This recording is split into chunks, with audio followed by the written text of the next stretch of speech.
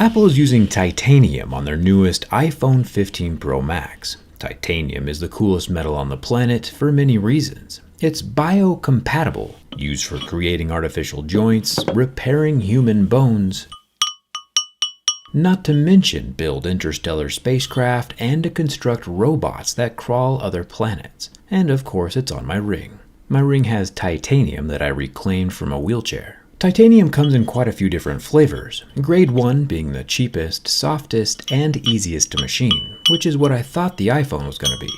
But then Apple slapped a grade 5 on the screen and I got rocked, in more ways than one. And let me show you why. I happen to have some 1-inch titanium bar stock laying around, as people often do. This guy costs $170. For example, this 6061 aluminum bar of the exact same proportions only cost me $10.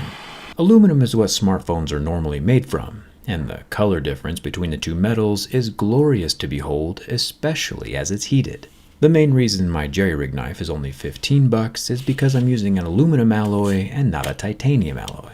And keep in mind, this solid rod is only grade 2 titanium. I'm too poor to buy a full rod of grade 5 titanium, since a single notepad-sized paper-thick sliver already costs $106 all by itself. If we do some simple math and scale this 0.5 millimeter thick piece of metal up to a hypothetical 8.5 millimeter block, thick enough to mill a phone out of, we would be looking at almost $2,000 worth of grade 5 titanium. And that's not even including the complexity of milling and shaping grade 5, and the dollars worth of iPhone hardware that goes inside. So the math just ain't mathin', and there's no way Apple suddenly decided to make negative profit on each iPhone sold. You might have noticed that titanium reacts in a very unique way as it gets torched, oxidizing in extremely predictable and consistent rainbows, going from yellow to purple to blue to light blue and back to gray again as it gets really hot. You might be thinking to yourself, hey Jerry, are you even gonna unbox the iPhone? And I say yes. Let's jump in and see what this iPhone is made from, and also how well it can handle the heat of everyday life. Hit that subscribe button if you haven't already, and let's get started.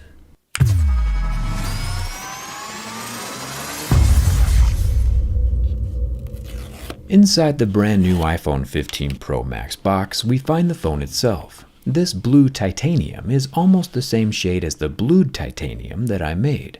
Looking under the phone, this time we find there's no lightning cable. Instead, we have a brand new braided USB-C cable. I imagine the world will soon follow Apple's lead on this one, and we'll start seeing this port everywhere. Probably the closest thing we'll ever see to world peace.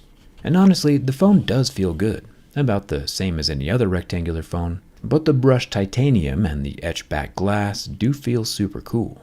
But the imitation blue shade is just ever so much off from the actual shade of blued titanium that I think it would bother me long term. Apple said again that this screen glass is the strongest glass ever on a smartphone. They call it ceramic shield, and I agree, it is a pretty solid slab of glass. We normally see plastic screens scratch at a level 2 or 3, glass at 5 or 6, and sapphire would be an 8 or 9. This dual ion exchange ceramic shield does still scratch at a level 6, with deeper grooves at a level 7, but level 6 does appear to be quite a bit more faint than usual.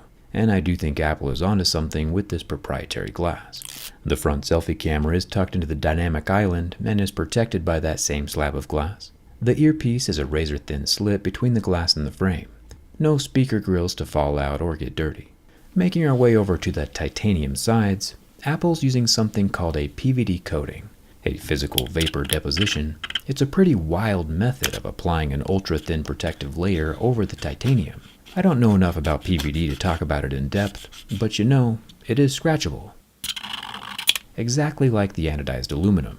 Everything except for this 5G antenna slot. For some reason this oval is just not scratching. I think they should make a whole phone out of whatever this stuff is. The power button is scratchable, however, and not removable, along with the top and entire left side. It took Apple 14 hours to apply this finish, and my JerryRig knife 14 seconds to unapply the finish.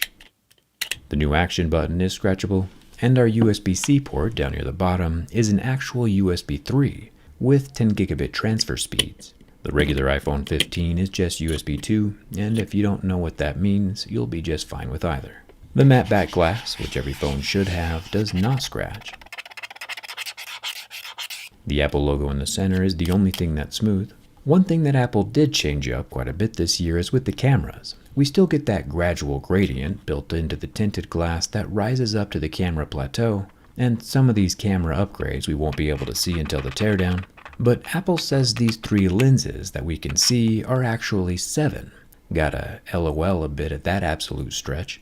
Here at the bottom we have a 48 megapixel main camera, which apparently has a nanoscale coating on the lens to reduce glare. The coating luckily does not scratch off or fracture.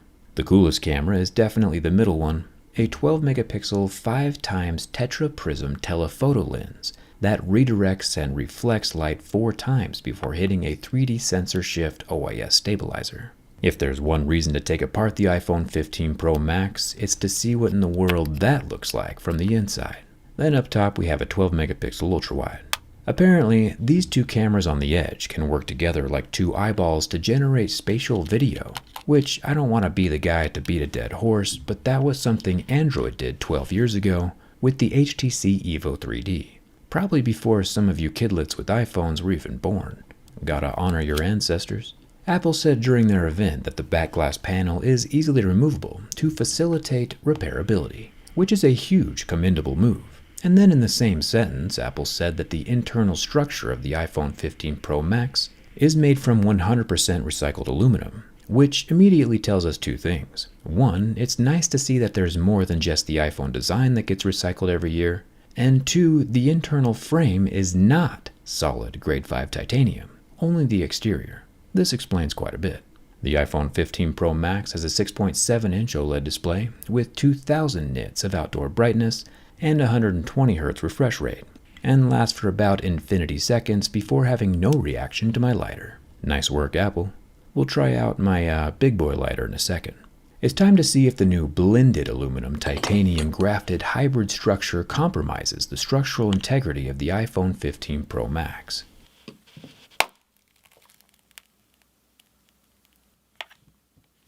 Yeah, I'm gonna be honest, I did not see that one coming.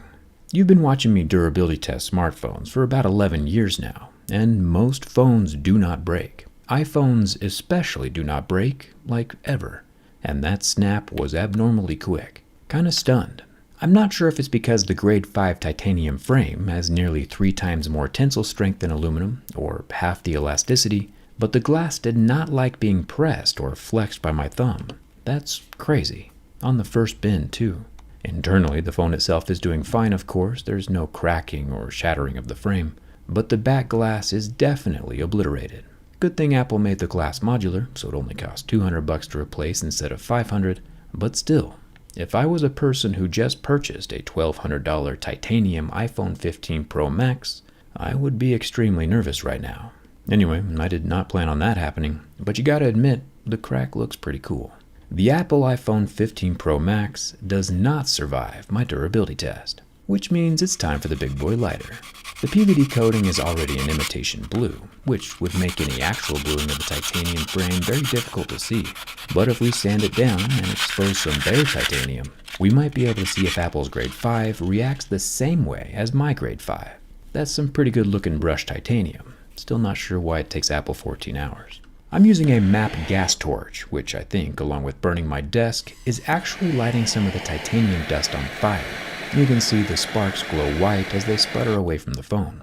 Now, the titanium itself could probably handle the heat, but the screen and the phone circuitry, not so much. The torch definitely accomplishes what my lighter could not, and if we look super close at the iPhone frame, we can see it start to change colors from the heat.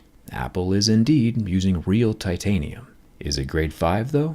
I do have ways of finding out. I think it's getting kinda hot in here. Now, everyone knows the whole point of getting a new iPhone is so that everyone knows you have a new iPhone. Hiding it in a black plastic case would wholly and entirely defeat the purpose. And wow, side note, natural titanium is the move for sure. However, getting a transparent case to show off your phone is dangerous, since most clear cases are made of thermoplastic polyurethane, which when exposed to ultraviolet radiation undergoes the irreversible process of photooxidation.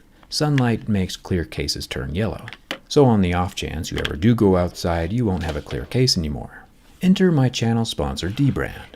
dbrand has inexplicably found a way to defeat the sun with their never yellowing, completely transparent ghost case. And they're offering free replacements if it ever does yellow, which is pretty brave of them. The best part is the ghost case is also completely compatible with my teardown skin. You can keep your own phone from getting absolutely wrecked like mine with the link down in the description. Now, I pride myself on being extremely thorough, and I'd be amiss if we let this golden opportunity to check the back glass of the regular iPhone 15 Pro for similar structural deficiencies as its larger counterpart. With some very strong bends from the back, nothing happens. Flipping the phone over to the front, again, nothing happens. The normal-sized iPhone 15 Pro survives and does not have the same fate as the Max. I'm curious to see how thin Apple's titanium layer actually is, and what grade it is. The iPhone 15 Pro Max teardown is going to be quite a bit more destructive than usual. Thank you for subscribing, and thank you for watching. I'll see you around.